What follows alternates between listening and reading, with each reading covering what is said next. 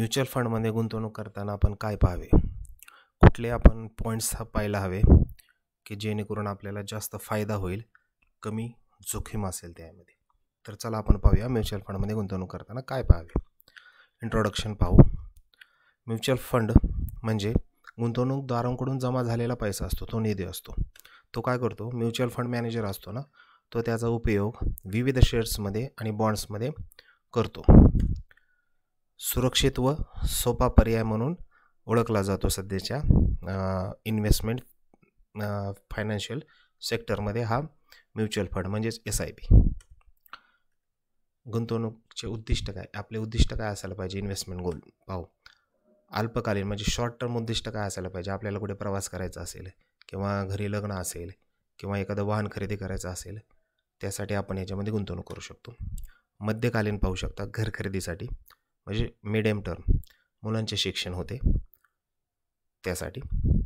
दीर्घकालीन म्हणजे long term आपण जर विचार केला प्लॅनिंगचा, तर निवृत्ती वेतन म्हणजे पेन्शन आणि संपत्ती निर्मिती याच्यासाठी आपण गुंतवणूक करू शकतो.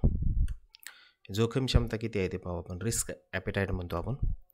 बघा, कमी जोखीम म्हणजे डेट फंडमध्ये किंवा लिक्विड फंडमध्ये असतो. हे मध्यम जोखीम म्हणजेच बॅलन्स्ड किंवा हायब्रिड फंड म्हणतो आपण. आणि जास्त जोखीम म्हणजे हे प्रसिद्ध आहे equity fund, large cap, mid cap आणि शॉर्ट म्हणजे स्मॉल कॅप फंड असतो याच्यामध्ये.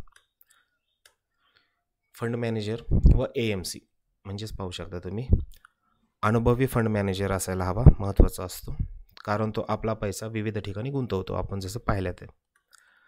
सेकंड काय, ॲसेट मॅनेजमेंट कंपनी म्हणजे AMC ची विश्वासार्हता तपासा, म्हणजे फंड कसा आहे तपासा, SBIचा फंड कसा आहे किंवा त्याची हिस्ट्री पाहू शकता तुम्ही.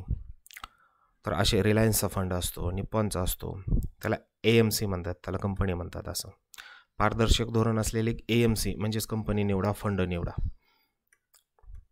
एक्सपेन्स रेशिओ व AUM पाहू शकता. एक्सपेन्स रेशिओ जितका कमी असतो ना, तितका फंड हा चांगला असतो.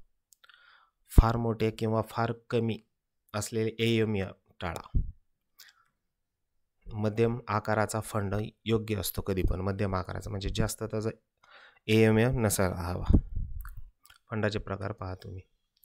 इक्विटी फंड म्हणजे जास्त रिटर्न आणि जास्त जोखीम, हा सध्या खूप चर्चेत आहे. डेट फंड म्हणजे स्थिरता असते याच्यामध्ये आणि कमी जोखीम असते. हायब्रिड फंड म्हणजे बॅलन्स्ड असतो, दोन्हींचा समतोल असतो वरच्या.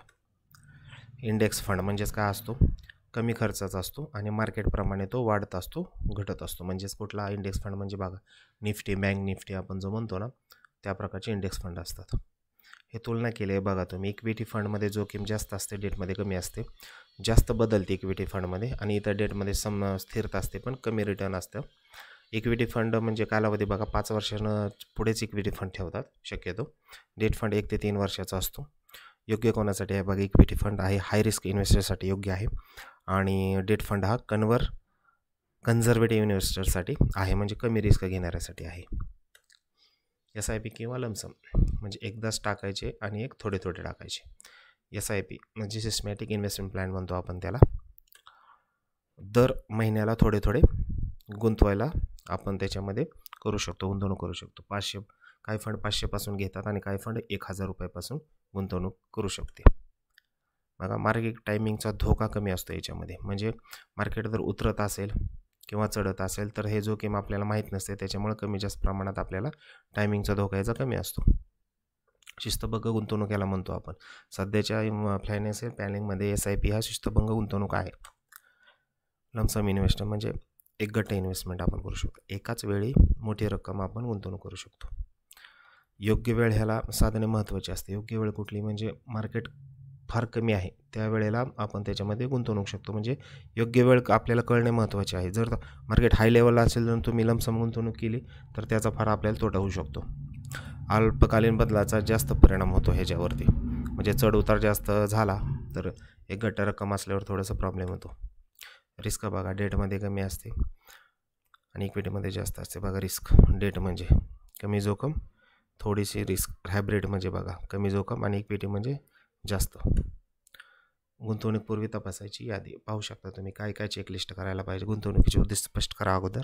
कालावधी तुम्हाला किती करायचं आहे हे स्पष्ट करा. जोखीम क्षमता किती आहे हे पण तुम्ही ठरवा. एक्सपेन्स रेशो कमी आहे का हे आधी तपासा. EMC म्हणजेच तुम्ही फंड कंपनी व फंड मॅनेजर विश्वसनीय आहेत का बघा. म्हणजे फंड कंपनीचा तुम्ही हिस्ट्री बॅकअप चेक करा पूर्ण 5-10 वर्षाची. आणि फंड मॅनेजर कोणता आहे, त्याचं नाव काय, त्याचं शिक्षण काय, त्याचं ह्या क्षेत्रामध्ये किती त्याचं काम आहे हे पण तुम्ही पाहू शकता. एक्सपिरियन्स आहे हे पण तुम्ही पाहू शकता. तर अशा प्रकारे तुम्ही गुंतवणूक करताना करू शकता.